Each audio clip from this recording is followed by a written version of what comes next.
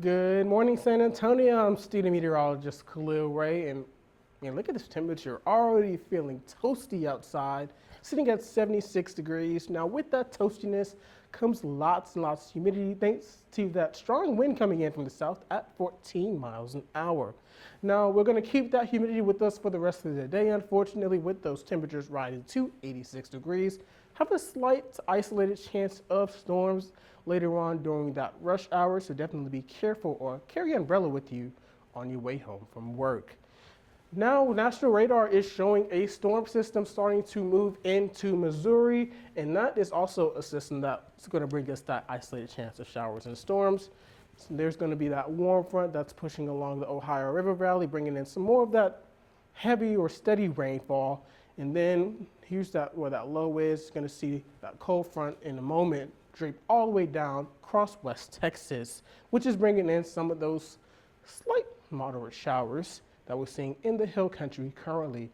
Now that front is going to a little bit move further south, but advance further north again, which is going to bring in a marginal risk for severe weather to areas in our west. Before we have a dry line start to set up around Friday morning, and then this front is going to push through, really bringing us that chance of rain this weekend. Now, how far south this front stalls, that is going to determine whether we see heavy rainfall or just a little bit of rainfall. But most models are indicating at least an inch of rain over this weekend.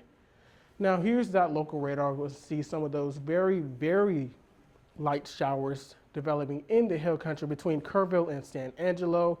And that is also going to be the hot spot as those clouds start to dissipate later on this afternoon, where we could see 1 or 2 strong storms.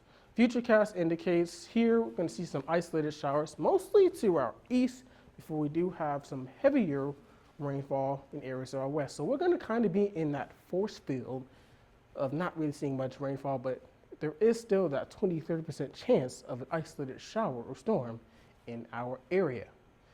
Storm Prediction Center has highlighted that marginal risk for areas in that hill country, including Kerrville, Rock Springs, and Uvalde. You guys will be under that risk for maybe 1 or 2 strong storms. Don't be too worried about it, but definitely bring an umbrella with you again as you head home for that evening commute. Now, next 7 days, expect temperatures to be in the 80s for the most part, or going to be dipping into the 70s thanks to a lot of that rain-cooled air, as we expect to see a decent amount of it, up to an 80% chance of rain by Sunday.